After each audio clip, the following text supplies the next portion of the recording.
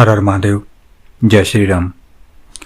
आज मैं आप लोगों को बताऊंगा कि जो अमोघ शिव कवच है उसको आप लोग अपने लिए कैसे जागृत कर सकते हैं। क्योंकि मैंने अपने पहले की वीडियो में बता रखा है कि आप जितनी भी महाशक्तियाँ होती हैं उनके कवच को सिद्ध नहीं किया जा सकता।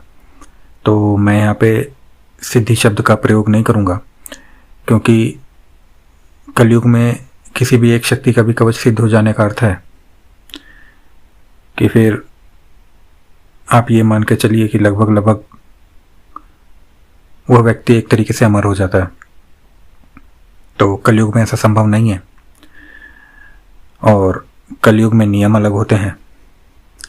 इसीलिए मैं यहाँ पे जागृति शब्द का प्रयोग करूँगा। साथ ही साथ यह भी बताऊँगा कि एक बार जब एक कवच जागृत हो जाता है तो कितने समय के लिए जागृत रहता है और आपको दोबारा इसको कितने समय के बाद दोबारा जागृत करने की आवश्यकता होती है।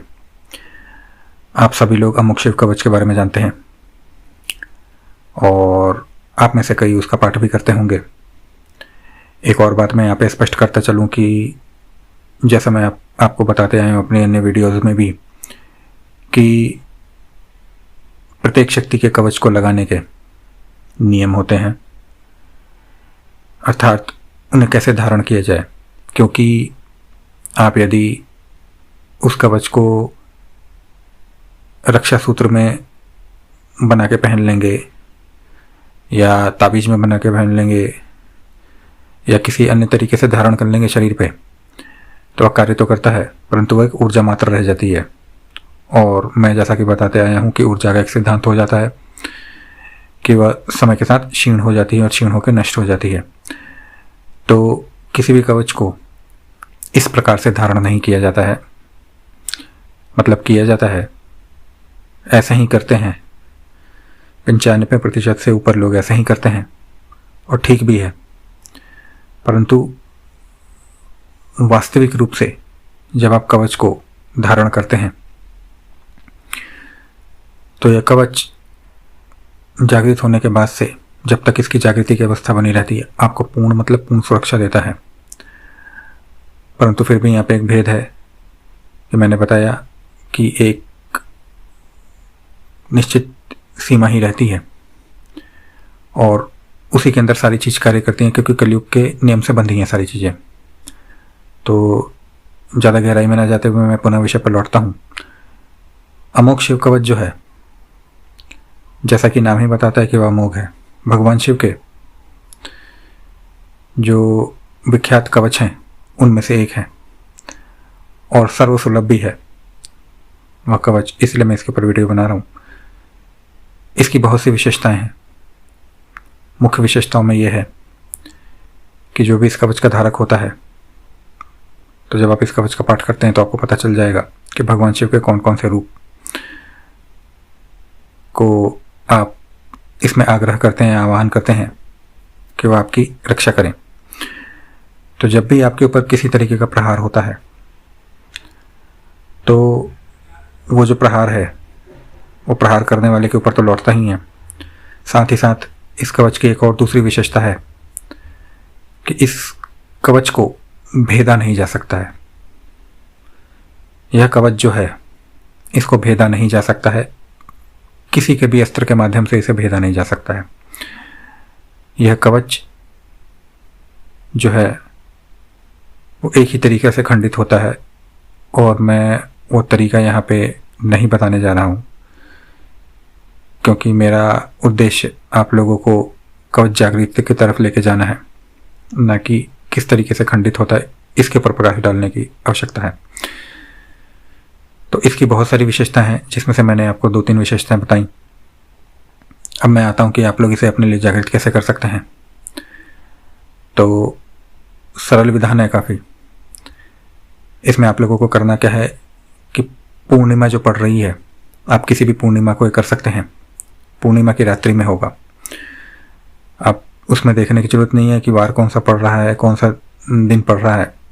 पूर्णिमा जिस दिन पड़े आप लोग जागृत कर सकते हैं और उससे पूर्व मेरा आप लोगों को आग्रह रहेगा कि आप लोग इस अमोघ शिव कवच का कुछ पाठ कर लें, जिससे कि आप लोगों को उस समय पाठ करने में किसी तरह की परेशानी ना हो।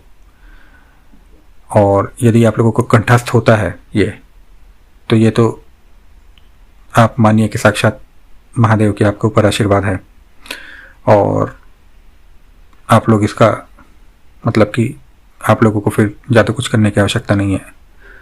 मैं अपनी बात बताऊं तो मुझे अमोघ शिव कवच जो है वो कंठस्थ याद है, और आप लोगों को भी यदि होता है तो भगवान शिव की प्रेरणा से ये आप लोगों के लिए सर्वोत्तम है। परंतु फिर भी आप लोग इसके कुछ पाठ पहले कर लीजिएगा, जिससे कि आप लोगों को इसमें मतलब पाठ करने में आपकी तीव्रता आ जाए और समय कम लगे।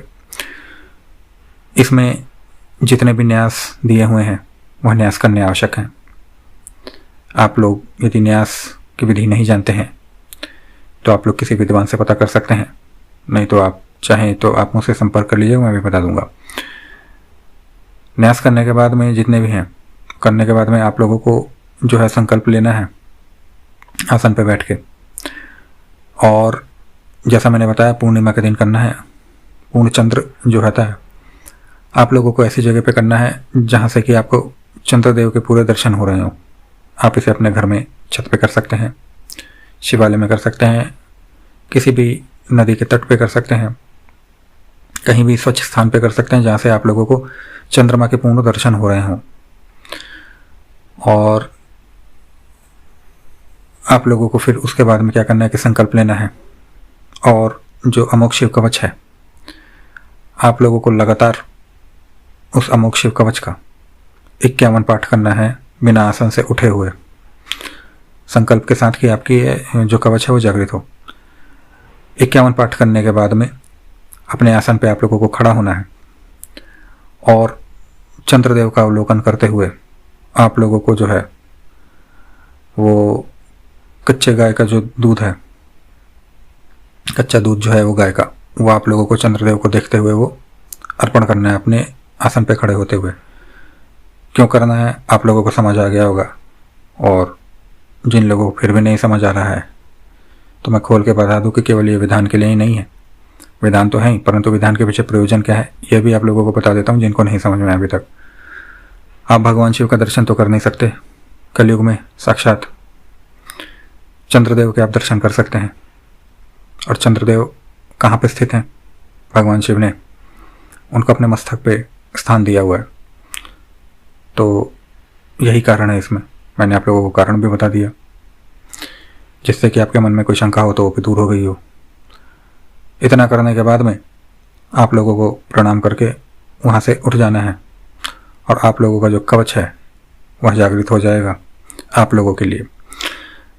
और ये जो कवच है उस समय से लेके 6 माह तक आप लोगों के लिए जागृत रहेगा, क्योंकि मैं आपको स्पष्ट कह दूं कि जितनी महाशक्तियाँ होती हैं उनके कवच की जागृति की एक अवधि होती है। आप लोगों को यदि कोई ये भ्रम में कह दे कि एक बार कर लिया और आपका जीवन भर चल गया और ये चीज़ हो गया, तो इस चीज़ को आप भूल जाइए। जो सही है वो सही है, मेरा काम है आप लोगों को सही बात बताना है। 6 माह के लिए आप लोगों को जागृत रहेगा, और पुनः 6 माह के बाद आप लोग इस विधि को दोबारा कर सकते हैं। इस विधि को करने से पूर्व आप लोग मेरे से आगे ले लीजिएगा, क्योंकि हमारे मार्ग का बताया हुआ विधि है। और दूसरा, ये जब जागृत हो जाएगा तो जो लोग जागृत करेंगे आगे लेके, वो चाहें तो जिस प्रकार से आप लोग कवच धारण करते हैं उस प्रकार से भी आप कर सकते हैं। आप धागे में, ताबीज में, या जिस प्रकार से आप करते हैं कर सकते हैं, मगर मैंने बताया कि उस प्रकार से नहीं होता है, ऊर्जा मात्र होता है। कार्य वैसे भी करेगा परंतु वो कार्य नहीं करेगा। कवच जो भी लोग भी जागृत कर लेंगे वो चाहें तो मुझसे संपर्क कर सकते हैं कि कवच को कैसे लगाना है अपने ऊपर, कि पूर्ण प्रभाव आप लोगों को कवच का मिले। आशा करता हूँ जो मैंने आपको बताया वो आप लोगों को समझ में आएगा। इसी के साथ में हर हर महादेव, जय श्री राम।